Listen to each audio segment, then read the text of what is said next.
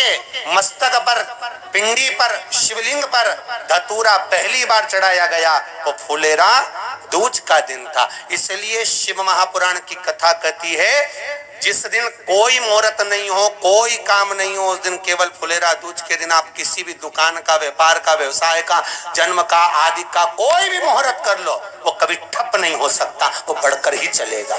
सारी जिंदगी के कांटे निकल जाते हैं,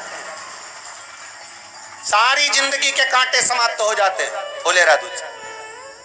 कहते हैं दुनिया में सब दिन का दान, सब दिन का पुण्य समाप्त हो सकता है, और फुलेरा दूज का दान, पुण्य, सत्कर्म, भजन, कीर्तन, नाम स्मरण समाप्त नहीं होता। चक्कर आ जाते हो, अचानक गिर जाते हो, हापड़ी भराने लगती हो थोड़ा सा चलने पर, श्वास फूल जाती हो ज्यादा चढ़ने पर, उनके लिए विशेष है कि धतूरे की जड़ को, धतूरे का जो फल होता है उसकी जड़ महाराज निकाल कर, धोकर, उसको घिसकर शंकर भगवान पर उसका लेपन कर दीजिए।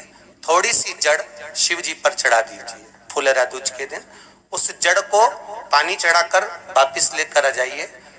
जो मिर्गी का मरीज होता है, जिसको दमे की शिकायत होती है, श्वास की होती है, चलने में हापड़ी भरा जाती हो, फुलेरा दूज के दिन दोपहर के समय पर उसको वो जड़ केवल 3 या 4 बार सुगंध में सुंगा दी जाती है, तो मिर्गी की बीमारी समाप्त हो जाती है, और जिसको दमा श्वास फूलता है उसको भी आराम लग जाता है। फुलेरा दूज के दिन उसके लिए नित्य आनंद का सुख दे जाती है। और भी ध्यान दें, जिसको बहुत भारी बीमारी हो, डॉक्टर कह रहे हैं कि ऑपरेशन की जरूरत है, ऑपरेशन कराना पड़ेगा, गांठ हो गई है, ये हो गया है, वो हो गया है, निवेदन है एक धतूरा फुलेरा दूज के दिन भगवान शंकर के शिवलिंग पर समर्पित करें, और 5 बेलपत्र नंदीश्वर भगवान पर अर्थात भगवान नंदी पर समर्पित करें। जीवन में कितनी बड़ी भी बीमारी होगी वो आगे नहीं बढ़ सकती, ऑपरेशन की जरूरत नहीं पड़ सकती, वो केवल फुलेरा दूज पर हो,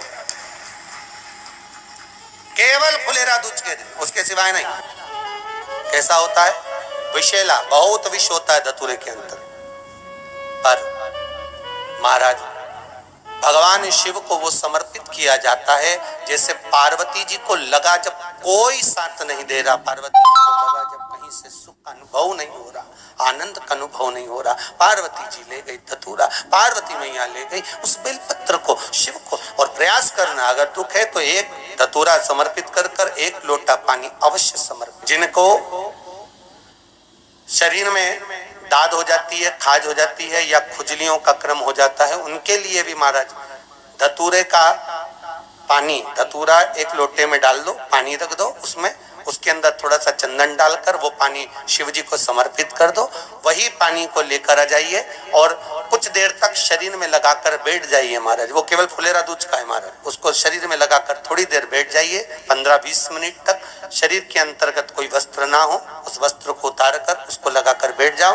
2.5 से 3 महीने में दांत खाज किसी भी चर्म रोग होगा वो धीरे धीरे समाप्ति की ओर हो जाएगा। महाराज फुलेरा दूज का महत्व शास्त्र कहता है, भले इसको छुपा कर रखा गया हो शास्त्रों के अनुसार, पर इसकी महत्व का जो दुकान, जो व्यापार, जो व्यवसाय,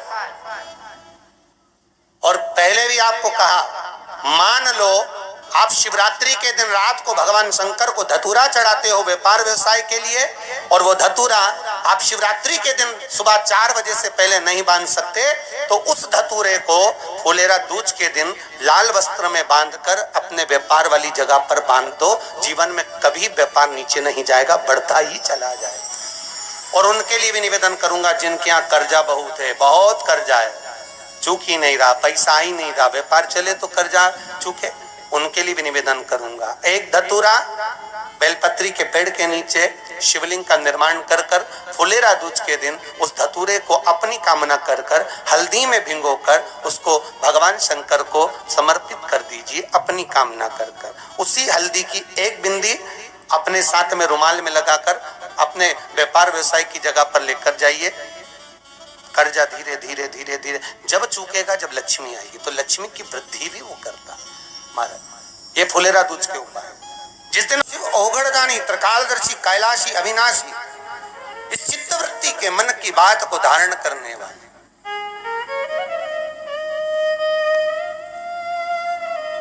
जिन लड़का और लड़की का विवाह नहीं हो रहा है, महाराज